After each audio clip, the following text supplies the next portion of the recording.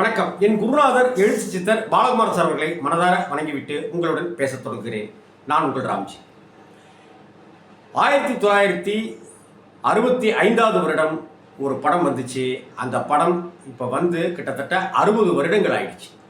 அதாவது அந்த படத்தினுடைய டைரக்டர் நமக்கு கிடைச்சும் 60 வருஷம் ஆயிடுச்சு. அந்த டைரக்டர் சிகரங்களுக்கெல்லாம் சிகரம் அப்படின்னு கொண்டாடப்படுகிற இயக்குனர் சிகரம் K. Balachander sir. K. Balachander sir Tamil சினிமாவில் முதல்ல டைரக்ட் செய்த படம் நீர்க்குமிழி. ஃபஸ்ட்டு படத்துக்கு அன்னைக்கு தேதியில் மார்க்கெட் வேல்யூ கொண்ட உச்சத்தில் இருந்த எம்ஜிஆரை கூப்பிடலை, சிவாஜியை கூப்பிடலை, ஜெமினி கணேசனை வச்சு படம் பண்ணலை, வேற யாரையும் வச்சு பண்ணாமல் நாகேஷ் அவர்களை ஹீரோவாக வைத்து பாலச்சந்தர் சார் எடுக்கிறாருன்னா தன் மேலையும் தன் கதையின் மேலையும் அவருக்கு இருந்த அசாத்திய தன்னம்பிக்கை தான் முதல் காரணம்.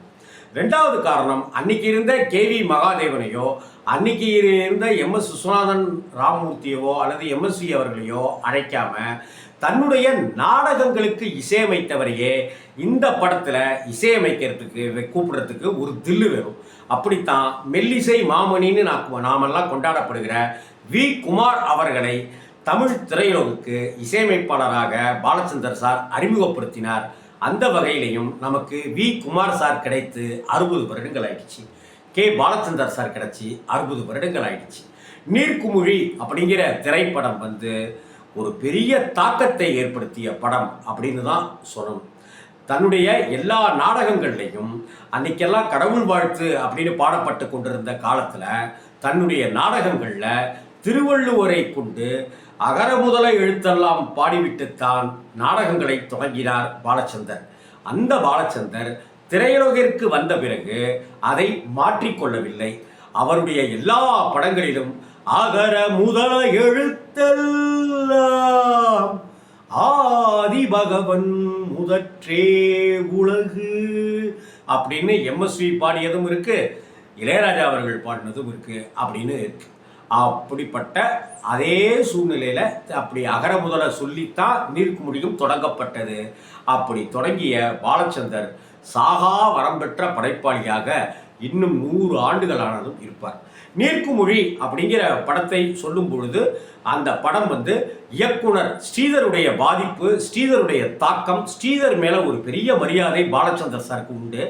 இவர் தன்னுடைய நாடகத்தை படமாக்கினார். அந்த நாடகம் தான் நீர்க்குமிழி. அந்த நீர்க்குமிழி நாடகம் ஒரு மருத்துவமனையில் நடக்கிற கதை. இன்ஃபேக்ட் டைரக்டர் ஸ்ரீதர் சார் தான் தமிழ் சினிமாவில் முழுக்க ஆஸ்பத்திரியிலேயே வச்சுக்கிட்டு ஒரு படம் பண்ணினார்.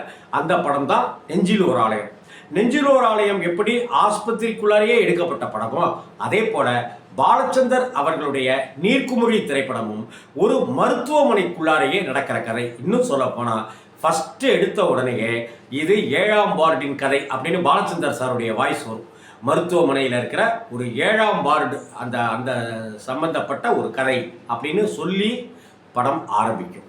நீர்க்குமிழி படத்தில் ஒரு பேஷண்ட்டு, வி. கோபாலகிருஷ்ணனுக்கு ஆக்சிடெண்ட்டு, நாகேஷ் ஒரு பேஷண்ட்டு, டாக்டரா கே.ஆர். விஜயா, அவருடைய அப்பாவா மேஜர் சுந்தரராஜன் அப்படின்னெல்லாம் கதாபாத்திரங்கள் வடிவமைக்கப்பட்டிருக்கும். வி. குமார் சாருடைய இந்த பாட்டு ஃபஸ்ட்டு படத்துக்கு போடப்பட்ட அந்த பாட்டு இன்னும் 1000 வருடங்கள் கழித்தும் யாரோ ஒருத்தங்க அந்த பாட்டை சொல்லிக்கிட்டே இருப்பாங்க. ஏன்னா சிறுகாழியார் பாடின அந்த பாட்டு திக்கட்டும் பரவி இன்னைக்கு வரைக்கும் நம்ம மனசில் உட்கார்ந்துருக்கிற பாட்டு. அதுதான் ஆடியடங்கும் வாழ்க்கையடா ஆரடி நீளமே சொந்தமடா.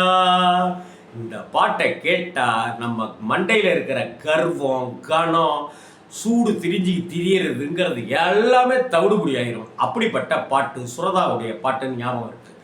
நீர்க்குமிழி திரைப்படம் நாகேஷ் நடிப்பில் வெளிவந்த படம். கே. பாலச்சந்தர் அவர்கள் டைரக்ட் பண்ணின படம். 60 வருடங்கள் ஆயிடுச்சு. 60 வருடங்கள் ஆக பாலச்சந்தரை நாம் கொண்டாடுவோம், நாகேஷ் அவர்களை கொண்டாடுவோம். மெல்லிசை மாமணி வி. குமார் அவருடைய இசையில் எத்தனையோ பாட்டுக்கள் வந்திருக்கு.